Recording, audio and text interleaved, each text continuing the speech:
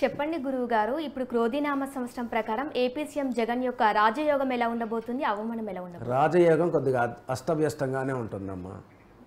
అంత చెప్పుకోదగ్గ గొప్పగా ఏమీ కనపడే అవకాశం లేదు.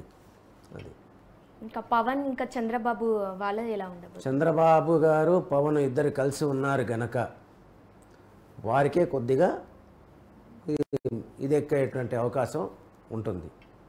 ఇంకా కేసీఆర్, రేవంత్ రెడ్డి వీళ్ళ రాజయోగాలు, అవమానాలు ఎలా ఉండబోతున్నాయి డీటెయిల్గా చెప్పండి. వీళ్ళదంతా కుటిల రాజకీయం ఎక్కువగా ఉంటుందమ్మా. వీళ్ళు చెప్పుకోదగ్గ రాజకీయ విశ్లేషణ చేసుకుంటే రాజకీయాల్లో వీళ్ళు కొద్దిగా ఇబ్బందులే ఎదుర్కొనే అవకాశం ఉంటుంది. ఇది ఇటు కేసీఆర్ కానీ, ఇటు కేటీఆర్ కానీ, హరీష్ రావు గారు కానీ వీళ్ళ జాతకరీత్యా చూసుకుంటే వీళ్ళు అంత దీంట్లో అనుభవాన్ని తగ్గిన ఇదైపోయేటువంటి అవకాశాలు మెండుగా కనబడుతున్నాయి. రేవంత్ రెడ్డి గారికి వచ్చేటప్పుడు కొంత అనుకూలమైనటువంటి వాతావరణం.